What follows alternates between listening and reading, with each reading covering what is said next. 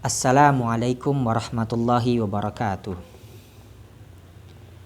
Bismillahirrahmanirrahim. Alhamdulillahilladzi akhrajan nasa minadz zulumati ilan nuril Islam. Ahmaduhu subhanahu wa ta'ala ala man aulana minal fadli wal in'am. Wa ashkuruhu ala man an'ama alaina minal imani wal Islam. Asyhadu an la ilaha illallah wa asyhadu anna Muhammadan abduhu wa rasuluhu sayyidul anam. Allahumma salli ala sayyidina Muhammadin wa ala alihi wa sahbihi al-kiram, amma ba'du. Summa ila hadratin Nabil Mustafa sayyidina Muhammadin Rasulillahi sallallahu alaihi wasallam wa ala alihi wa ashabihi wa azwajihi wa zurriyatihi wa ali baitihi wa nakhusu khususan ila jami'i masyayikhina wa masyayikhina khususan ila Syekh Nawawi Tanara al-Bantani wa usulihim wa furu'ihim wa man intasa bilaihim syai'un lillahi lahum al-Fatihah. A'udzu billahi minasyaitonir rajim. Bismillahirrahmanirrahim. Alhamdulillahi rabbil alamin arrahmanir rahim maliki yaumiddin. Iyyaka na'budu wa iyyaka nasta'in ihdinas siratal mustaqim siratal ladzina an'amta 'alaihim ghairil maghdubi 'alaihim waladdallin. Amin. Bismillahirrahmanirrahim. Alhamdulillah kita bisa mengkaji kembali tentang kajian kitab Tafsir Munir. Kali ini kita akan membahas ayat yang ke-124 dari surat Al-Baqarah. Qala ta'ala a'udzu billahi minasyaitonir rajim. Bismillahirrahmanirrahim. Wa idzibtala Ibrahima rabbuhu bikalimatin fa'atammahun. Qala inni ja'iluka lin-nasi imama. Qala wa min dzurriyyati. Qala la yanalu ahdiz zalimin. Shadaqallahul azim. Nampaknya kali ini kita hanya akan mengkaji satu ayat ya, tapi mudah-mudahan tidak mengurangi keberkahan dan juga kemanfaatan, dan juga semoga apa yang kita kaji ini mendapatkan nilai ganjaran pahala dari Allah Subhanahu wa taala. Meskipun hanya sedikit yang kita kaji pada pertemuan kita kali ini. Mudah-mudahan ya. Mari kita lanjutkan kepada tafsirannya. Bismillahirrahmanirrahim. Qala al-muallif rahimahullahu ta'ala wa nafa'ana bihi wa bi'ulumihi wa fi kitabihi wa fid dharain amin. Allahumma yassir lana wa la tu'assir alaina ya karim bi rahmatika ya arhamar rahimin. Rabbi shrah li sadri wa yassir li amri wa hlul 'uqdatam min lisani yafqahu qawli. Bismillahirrahmanirrahim. Summa zakarallahu ta'ala qissata Ibrahima tawbihan li ahlil milalil mukhalifin. Wa dzalika li anna Ibrahima ya'tarifu bi fadlihi jami'ut tawaifi qadiman wa hadisan. Summa kemudian zakarallahu ta'ala Allah menuturkan kisah Ibrahima tentang kisahnya Nabi Ibrahim. Taubihan untuk mencela li ahlil milalil mukhalifina kepada para pemeluk ajaran al-mukhalifina yang menyimpang, atau al-milal juga bisa diartikan ya agama ya. Wadzalika dan hal yang demikian itu terjadi li anna Ibrahima karena sesungguhnya Ibrahim ya'tarifu ia mengaku bi fadlihi dengan sebab keutamaannya lah jami'ut tawaifi terbentuklah semua kabilah Arab qadiman yang ada pada masa terdahulu wa hadisan dan yang ada atau yang kabilah yang ada pada masa sekarang ini. Maksudnya masa sekarang ini masa di mana Nabi Muhammad hadir juga di tengah-tengah mereka. Fal musyrikuna maka adapun orang-orang musyrik kanu mutasyarrifina bi annahum min auladihi. Maka adapun orang-orang musyrik kanu adalah mereka dahulu mutasyarrifina itu orang-orang yang berbangga diri bi annahum min auladihi dengan sebab mereka meyakini sesungguhnya mereka min auladihi itu berasal daripada keturunannya Ibrahim. Wa min sakini haramihi dan merupakan bagian dari orang-orang yang menempati tanah haramnya Nabiullah Ibrahim. Wa khadimi baitihi dan juga merupakan bagian dari pelayan baitnya Ibrahim. Maksudnya di sini adalah baitullahnya Ibrahim di sini. Wa ahlul kitabi, Baitullah di sini ya maksudnya Baitullah yang dibangun kembali atau direnovasi oleh Nabi Ibrahim, yaitu adalah Ka'bah. Wa ahlul kitabi minal yahudi wan nasara kanu mutasyarrifina bi annahum min auladihi.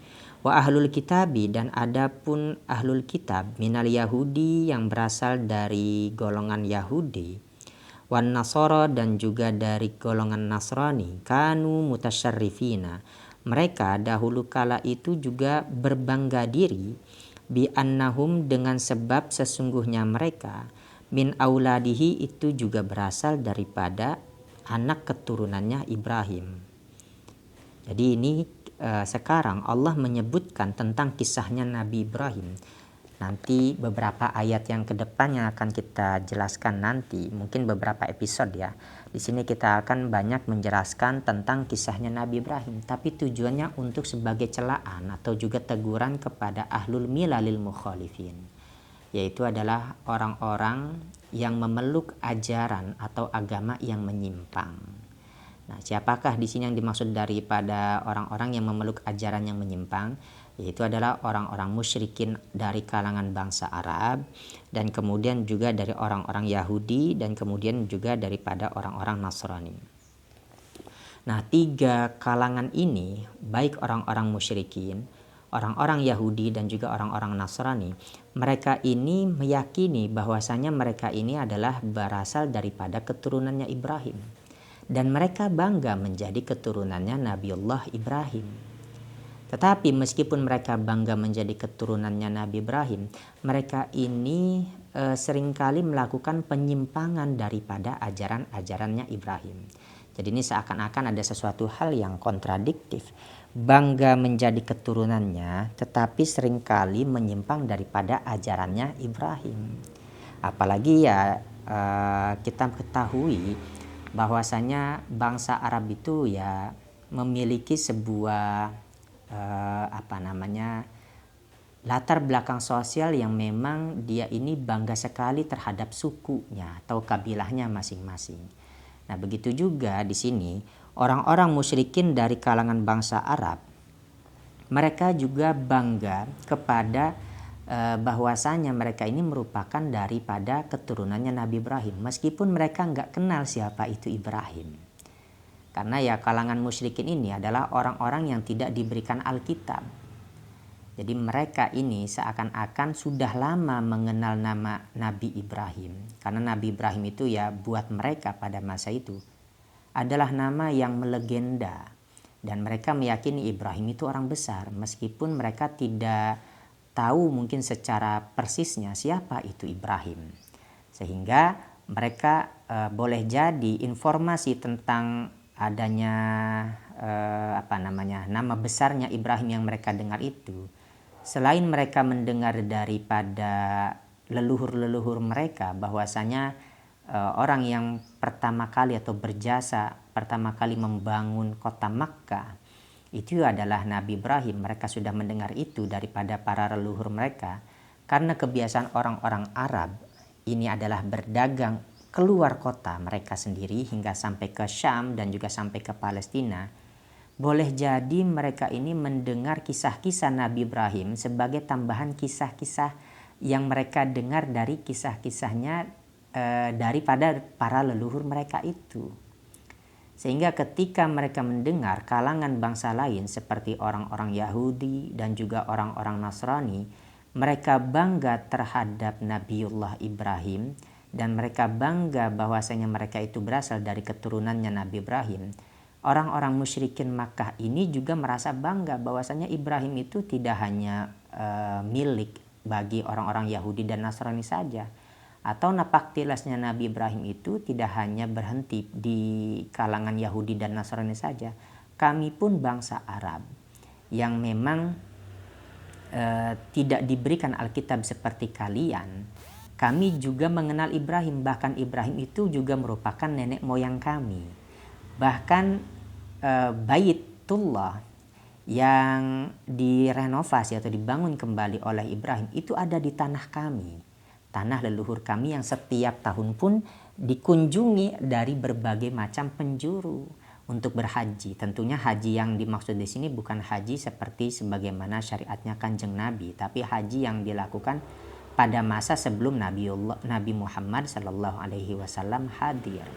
Jadi mereka ini saling berbangga-bangga. Orang musyrikin Arab bangga menjadi keturunannya Nabi Ibrahim dan juga bangga menempati daripada tanah haramnya Ibrahim, yaitu adalah napak tilasnya Nabi Ibrahim sendiri, dan juga bangga menjadi pelayan daripada Baitullah yang juga merupakan hasil dari dibangunnya kembali oleh Nabi Ibrahim.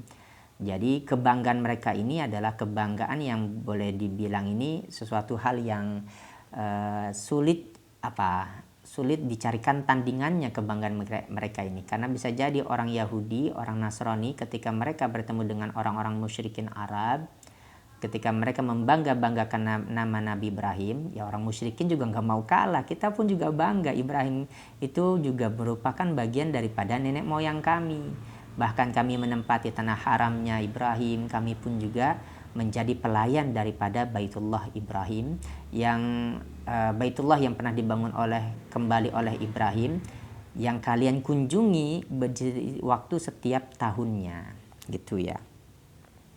Nah, akhirnya ketika mereka ini semua bangga, orang musyrikin bangga, orang Yahudi dan Nasrani bangga dengan latar belakang bahwa mereka ini merupakan garis keturunan Ibrahim, tetapi mereka melupakan ajaran Ibrahim yang sempurna.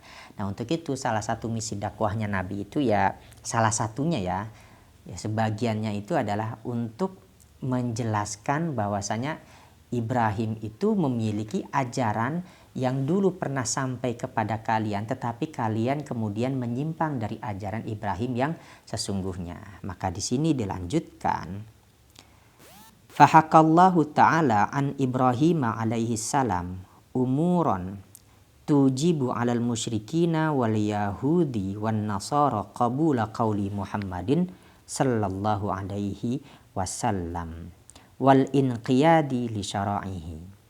Fahakallahu ta'ala, maka Allah pun menghikayatkan an Ibrahim tentang kisahnya Nabiullah Ibrahim alaihi salam, umuran dengan beberapa perkara tujibu yang mengharuskan alal musyrikina terhadap orang-orang musyrikin, wal yahudi dan juga terhadap orang-orang Yahudi, wan nasara dan terhadap orang-orang Nasrani, qabula qauli Muhammadin sallallahu alaihi wasallam untuk menerima ucapannya Nabi Muhammad sallallahu alaihi wasallam, wal inqiyadi li syara'ihi dan juga untuk mematuhi li syara'ihi terhadap syariatnya Kanjeng Nabi Muhammad sallallahu alaihi wasallam. Li anna ma aujabahu Allah ta'ala ala Ibrahima jaa bihi Muhammadun, karena sesungguhnya sesuatu yang Allah wajibkan terhadap Nabiullah Ibrahim, jaa bihi Muhammadun, itu juga merupakan sesuatu yang datang dibawa oleh Muhammad sallallahu alaihi wasallam. Jadi selanjutnya setelah mereka berbangga-bangga diri terhadap kabilah mereka masing-masing, bahwasanya mereka itu juga merupakan bagian daripada keturunan Ibrahim, maka Allah di sini menerangkan tentang kisahnya Ibrahim daripada beberapa perkara yang kira-kira ketika Allah terangkan kepada mereka ini sulit untuk orang-orang musyrikin dan Yahudi dan juga Nasrani untuk tidak menerima ucapannya Nabi Muhammad sallallahu alaihi wasallam dan mengikuti ajarannya Nabi Muhammad sallallahu alaihi wasallam. Karena apa yang pernah Allah wajibkan kepada Nabi Ibrahim itu juga ternyata merupakan atau menjadi syariatnya Kanjeng Nabi Muhammad sallallahu alaihi wasallam. Jadi kalau seandainya kamu bangga, secara ringkasnya seperti ini ya, jika seandainya kamu bangga terhadap kebesaran nama Nabi Ibrahim, kalau begitu kamu pun juga harus mengikuti ajarannya Nabi Ibrahim gitu. Jadi jangan hanya sekedar bangga kemudian stop sampai di situ. Jadi ketika kamu bangga kepada Nabi Ibrahim, ya kamu pun juga harus ikut kepada ajarannya Nabi Ibrahim. Dan sesuatu yang sudah Allah turunkan, Allah wajibkan kepada Nabi Ibrahim, saya pun juga diturunkan demikian. Seperti halnya Allah menurunkan kewajiban kepada Nabi Ibrahim, maka seperti itu juga Allah menurunkannya kepada saya. Ini jadi intinya seperti Nabi ini mengajak mereka golongan-golongan ahlul milal mukhalifin supaya mereka itu mau mengikuti ajarannya Nabi Muhammad dengan menyadarkan bahwasanya menyadarkan mereka ya bahwasanya mereka itu hanya tinggal melanjutkan syariatnya Nabi Ibrahim yang dulu pernah diwajibkan kepada mereka, tinggal melanjutkan dengan cara mengikuti ajarannya, syariatnya Nabi Muhammad Shallallahu Alaihi Wasallam. Karena ajaran yang dibawa oleh Nabi Muhammad itu merupakan kesinambungan daripada ajaran Nabi Allah Ibrahim alaihissalam. Nah, seperti apa saja di sini yang sudah pernah Allah wajibkan kepada Nabi Ibrahim, ka'af'alil haji wastiqbalil ka'bati. Ka'af'alil haji seperti rentetan ritual daripada haji, wastiqbalil ka'bati, dan juga menghadap kepada Ka'bah ketika kita mau sholat. Wa fi dzalika hujjatun alaihim, dan pada hal yang demikian itu terdapat hujjah alaihim untuk mereka atau atas mereka.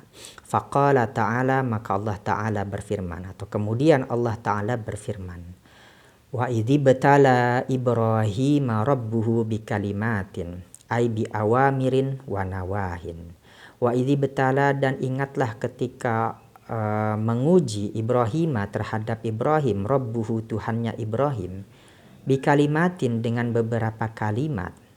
Maksud kalimat di sini adalah ay bi awamirin, artinya dengan beberapa perintah-perintah, wa nawahin, dan juga larangan-larangan. Kila, dikatakan, qala ibnu Abbasin wa Qatadatu, hiya manasikul haji kal ihrami wat tawafi was sa'i war ramyi. Qala ibnu Abbasin, berpendapat ibnu Abbas, wa Qatadatu, dan Imam Qatadah, wahia, dan adapun yang dimaksud dengan kalimatin di sini artinya perintah dan juga cegahan atau larangan yang ada di dalam maksud daripada ayat ini, dibetala Ibrahim rabbuhu bikalimatin, itu adalah manasikul haji, manasik haji, ritual ibadah haji, kal ihrami, seperti ihram, wat tawafi, dan juga tawaf, wasa'i, dan juga sa'i, warrami, dan rami, melontar jumrah ya. Waqala ibnu Abbasin, dan juga berpendapat ibnu Abbas, yang dimaksud dengan kalimatin asyru khisalin, itu adalah 10 perkara atau 10 pokok perkara. Kanat fardhon fi syar'ihi wa hiya sunnatun fi syar'ina. Kanat, yang adalah 10 perkara itu, fardhon, merupakan kefarduan, fi syar'ihi, di dalam syariatnya Nabi Ibrahim, wa hiya sunnatun fi syar'ina, dan dia menjadi kesunahan fi syar'ina, di dalam syariatnya kita, maksudnya di dalam syariatnya umatnya Nabi Muhammad Sallallahu Alaihi Wasallam. Jadi ada 2 pendapat. Pendapat yang pertama Ibnu Abbas dan Qatadah, yang dimaksud dengan kalimatin di sini adalah manasik haji. Jadi kalimat perintah dan larangan yang dimaksud di dalam ayat ini itu adalah manasik haji yang berkaitan dengan masalah haji, ibadah-ibadah haji atau ritual haji. Sedangkan yang menurut pendapatnya Ibnu Abbas secara pribadi juga dia mengeluarkan pendapat yang berbeda. Yang dimaksud dengan kalimatin di sini itu juga adalah 10 perkara yang memang disyariatkan dulu menjadi syariat yang wajib pada masanya Nabi Ibrahim, dan ketika sekarang menjadi kesunahan pada masa syariatnya Nabi Muhammad Sallallahu Alaihi Wasallam. Nah, kesunahan yang 10 itu atau kewajiban pada masa syariatnya Nabi Ibrahim yang 10 itu dijelaskan di sini, dirinci, khamsun fir ra'si, ada 5 perkara fir ra'si yang berkaitan di kepala, wa khamsun fil jasadi, dan 5 perkara fil jasadi yang berkaitan di bagian jasad badan. Ammal lati fir ra'si, adapun yang berkaitan fir ra'si di dalam atau yang berkaitan di dalam kepala ya, fal madmadatu, maka itu adalah syariat madmadah, berkumur-kumur, wal istinsyaku, dan juga istinsyak, memasukkan air ke hidung, was siwaku, dan siwak, wa qassus syaribi dan mencukur kumis atau memangkas kumis, wa farqur ra'si atau farqur ra'si menyisir rambut atau membelah rambut ya. Ai faraqus sya'rihi artinya membelah atau menyisir rambutnya kepala, ilal janibil aimani ke sisi kanan, wal janibil aisari ke sisi dan juga ke sisi yang sebelah kiri, belah tengah. Jadi ada 10 syariat yang wajib pada masa Nabi Ibrahim tetapi menjadi sunnah di masa syariatnya Nabi Muhammad. 5 yang berkaitan dengan masalah kepala, seperti di sini adalah madmadah, berkumur-kumur, istinsyak, kemudian siwak. Ini adalah kesunahan yang kita fahami, adalah kesunahan yang bisa kita lakukan pada berwudu ya. Tetapi ini dulu semua pada masa syariatnya Nabi Ibrahim ini adalah sebuah kewajiban. Jadi qasus syarib juga harus mencukur kumis dan juga membuat belahan rambut itu menjadi belah tengah. Wa ammal lati fil badani, dan adapun yang berkaitan di badan, fal khitanu, maka itu adalah khitan, sunat ya. Wa halqul anati, dan mencukur bulu kemaluan, bulu yang tumbuh di sekitar area kemaluan. Wa natful ibti, dan mencabut al ibti, bulu ketiak ini. Wa taklimul alfari, dan taklimul alfar, menggunting kuku. Wal istinja'u bil ma'i, dan juga beristinja. Ya beristinja ini ya cebok bil ma'i dengan menggunakan air. Wa qara'a ibnu Abbasin wa Abu Haywata Ibrahimu rabbahu bi raf'i Ibrahim wa nasbi rabbahu. Wa qara'a, dan membaca Ibnu Abbas wa Abu Haywata, dan juga Abu Haywah. Abu Haywah ini punya nama asli namanya Syarih bin Yazid al-Hadrami. Jadi Abu Haywah ini adalah kunyah atau julukan disebabkan dia memiliki seorang anak yang bernama Haywah. Jadi kebiasaan orang Arab itu nama anak akan menjadi nama kunyah bagi bapaknya. Makanya Abu Haywah karena dia memiliki seorang anak padahal nama aslinya adalah Syarih, maka dia disebut dengan kunyahnya Abu Haywah. Nah, Ibnu Abbas dan juga Abu Haywah itu membaca Ibrahimu rabbahu. Jadi wa idzi betala Ibrahimu rabbahu bi kalimatin. Ini bacaannya Ibnu Abbas dan juga Abu Haywah. Biraf'i Ibrahim, dengan rafa'nya lafad Ibrahim, wa nasbi rabbahu, dan nasab lafad rabbahu. Wal makna, dan maknanya ini akan berubah nih maknanya nih. Anna Ibrahim da'a rabbahu bi kalimatin minad du'ai. Sesungguhnya Ibrahim da'a, dia memohon rabbahu kepada Tuhannya bi kalimatin dengan beberapa kalimat minad du'ai yang merupakan bagian daripada permohonan.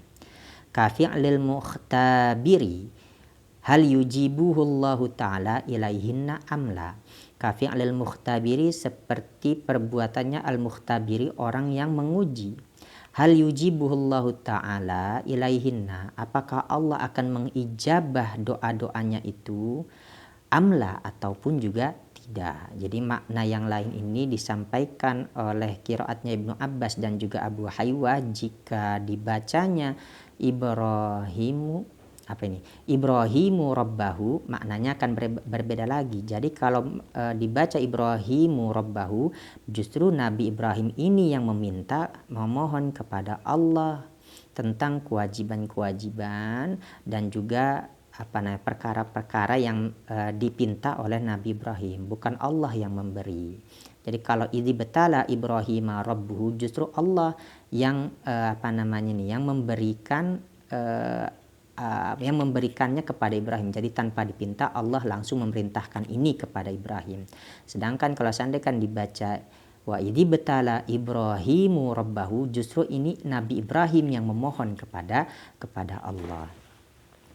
Kemudian kita lanjut, fa'atammahunna, maka Ibrahim melaksanakannya dengan sempurna. Ayqama biha, haqqal qiyami wa adaha ahsanat ta'diyati min ghairi tafridin. Artinya qoma Ibrahim melaksanakan biha terhadapnya kalimatin haqqal qiyami dengan sebenar-benarnya pelaksanaan atau sebaik-baiknya pelaksanaan. Wa adaha ahsanat ta'diyati, dan Ibrahim telah menunaikannya dengan sebaik-baiknya penunaian, min ghairi tafridin, dengan tanpa berlebihan. Jadi ketika Allah sudah menguji Ibrahim dengan beberapa kalimat yang di dalamnya terdapat perintah dan juga larangan, maka Ibrahim pun juga melaksanakan apa yang sudah diperintahkan oleh Allah itu dengan pelaksanaan yang terbaik, dengan penunaian yang terbaik. Ya biasa kalau diperintah oleh atasan, ya kita harus melaksanakannya dengan sebaik mungkin supaya mendapatkan nilai plus. Ya seperti ini juga ya, para nabi itu ya memang diturunkan oleh Allah dengan tujuan yaitu tadi untuk melaksanakan semua perintah dan juga menjauhi semua larangannya, dan ini mesti dikerjakan sebaik mungkin. Begitu, ini tugasnya para nabi ya, memang berat. Kemudian qala ta'ala, Allah ta'ala berfirman, inni ja'iluka linnasi imaman, ini sesungguhnya aku ja'iluka akan menjadikanmu linnasi untuk manusia imaman sebagai seorang pemimpin. Ai qudwatan fid dini, artinya qudwatan, panutan fid dini, di dalam masalah agama, ila yaumil qiyamati, sampai pada hari kiamat. Jadi Allah di sini berkata kepada Nabi Ibrahim, saya akan menjadikan kamu sebagai suri tauladan atau pemimpin dalam masalah agama sampai nanti hari kiamat. Walladzi yakunu kadzalika la budda wa ayyakuna rasulan min indillahi mustaqillan bisyara'i. Walladzi yakunu kadzalika, dan adapun yang seperti itu adanya, la budda itu menjadi suatu keharusan yang tidak boleh tidak, yang mesti, artinya suatu keniscayaan. Wa ayyakuna rasulan, dan Allah itu juga menjadikan Ibrahim itu rasulan, sebagai seorang rasul. Min indillahi, yang dari sisi Allah, mustaqillan bisyara'i, yang dia ini mandiri. Mandiri ini maksudnya mustaqilan, menjadi nabi yang berdiri sendiri, bisyara'i, dengan membawa syariat. Jadi syariat yang dibawa oleh Nabi Ibrahim ini adalah syariat yang bukan meneruskan syariat-syariat para nabi terdahulu, melainkan syariat yang dibawa oleh Nabi Ibrahim ini adalah syariat yang mandiri, syariat yang berdiri sendiri, tidak tidak bersifat melanjutkan syariat-syariat daripada nabi-nabi sebelumnya, gitu. Jadi mustaqillan bisyara'i maknanya adalah syariat yang mandiri. Wa ayyakuna nabiyan idlam yub'ats ba'dahu nabiyyun illa kana min dzurriyyatihi ma'muran bittiba'ihi fil jumlati. Wa ayyakuna nabiyan, dan menjadikannya seorang nabi, idlam yub'ats ba'dahu, karena tidak akan diutus atau tidaklah diutus ba'dahu sesudahnya ba'dahu sesudahnya Ibrahim, benar ya, ba'dahu sesudahnya Ibrahim, nabiyun, seorang nabi, illa kana min dzurriyyatihi, kecuali adanya nabi tersebut berasal daripada keturunannya Ibrahim. Ma'muron, yang dia diperintah, bittiba'ihi, untuk mengikuti Ibrahim atau mengikuti syariatnya Ibrahim, fil jumlati, di dalam keseluruhan syariatnya, atau secara umumnya, fil jumlati, secara global. Jadi bahkan Nabi Ibrahim juga ini diberikan keistimewaan bahwasanya tidak akan ada seorang pun nabi yang datang sesudah masanya Nabi Ibrahim, kecuali nabi tersebut itu berasal daripada keturunannya Nabi Ibrahim. Bahkan semua nabi yang datang setelahnya Nabi Ibrahim, artinya nabi yang berasal daripada keturunannya Nabi Ibrahim setelah Nabi Ibrahim tiada, mereka membawa syariat tujuannya bahkan untuk menyinambungkan, atau bahasa yang lebih enaknya ini meneruskan atau menyempurnakan ajaran syariatnya Nabiullah Ibrahim alaihi salam. Jadi semua nabi itu yang datang setelah Nabi Ibrahim, mereka ini diperintahkan untuk mengikuti syariatnya Nabi Ibrahim atau melanjutkan syariatnya Nabi Ibrahim alaihi salam. Ini keistimewaannya Nabi Ibrahim ya. Jadi ya nanti tidak akan ada seorang nabi yang diutus oleh Allah kecuali nabi itu berasal daripada daripada keturunannya Nabi Ibrahim. Ditambah lagi ya syariatnya Nabi Ibrahim itu syariat yang mandiri, artinya syariat yang merdeka daripada atau tidak mengikuti atau tidak melanjutkan syariat dari generasi-generasi nabi sebelumnya. Qala berkata Ibrahim, ai Ibrahimu artinya Ibrahim, wa min zurriyati dan juga dari zurriyati. Zurriyati ini maksudnya keturunanku. Wa min zurriyati dan jadikan juga dari zurriyati keturunanku. Ai waj'al min ba'di auladi a'immatan yuktada bihim fid dini. Ai artinya waj'al, jadikanlah olehmu wahai Allah min ba'di auladi dari sebagian anak keturunanku a'immatan seorang pemimpin yuktada bihim yang dia ditaati atau diikuti fid dini di dalam perkara agama. Jadi ya Nabi Ibrahim ini minta juga kepada Allah dan juga tolong jadikan ya Allah dari keturunanku itu para pemimpin yang juga diikuti diikuti oleh umat-umatnya dalam perkara agama. Maka Allah pun di sini menjawab, qala berkata Allah Ta'ala atau qala Allahu berkata Allah Ta'ala la yanalu ahdiz zalimin, tidak mendapatkan ahdi janjiku az-zalimina orang-orang yang zalim.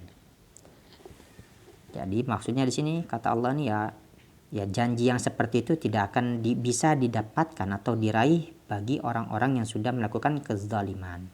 Ay la yusibu ahdi bil imamati wan nubuwati al kafirina wa kullu asin fa innahum zalimun li nafsihi.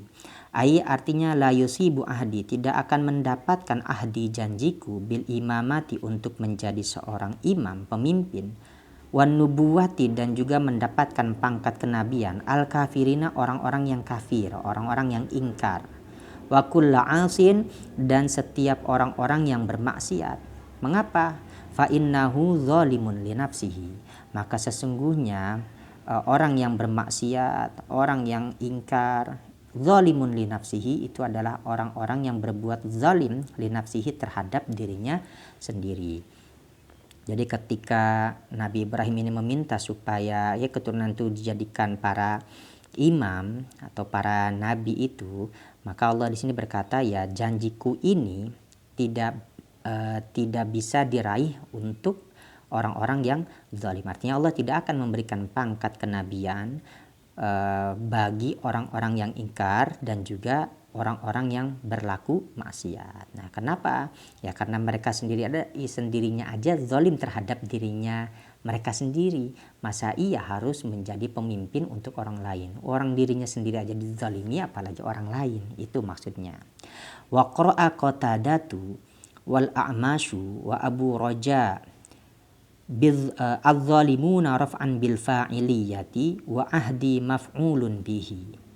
Wa qara'a dan membaca Qatadah wal A'masyu dan A'masyu Abu Raja dan Abu Raja az-zalimuna lafad az-zalimuna. Jadi di sini dibacanya la yanalu ahdiz zalimun. Raf'an lah lafad zalimunnya itu dibaca dalam keadaan rafa bil fa'iliyati dengan menjadi fa'il. Wa ahdi dan lafad ahdi maf'ulun bih itu menjadi maf'ul bi. Jadi ada yang membacanya qala la yanalu ahdiz zalimuna. Wa fi hadza dalilun ala ismatil anbiya'i alaihi salam minal kabairi mutlaqan.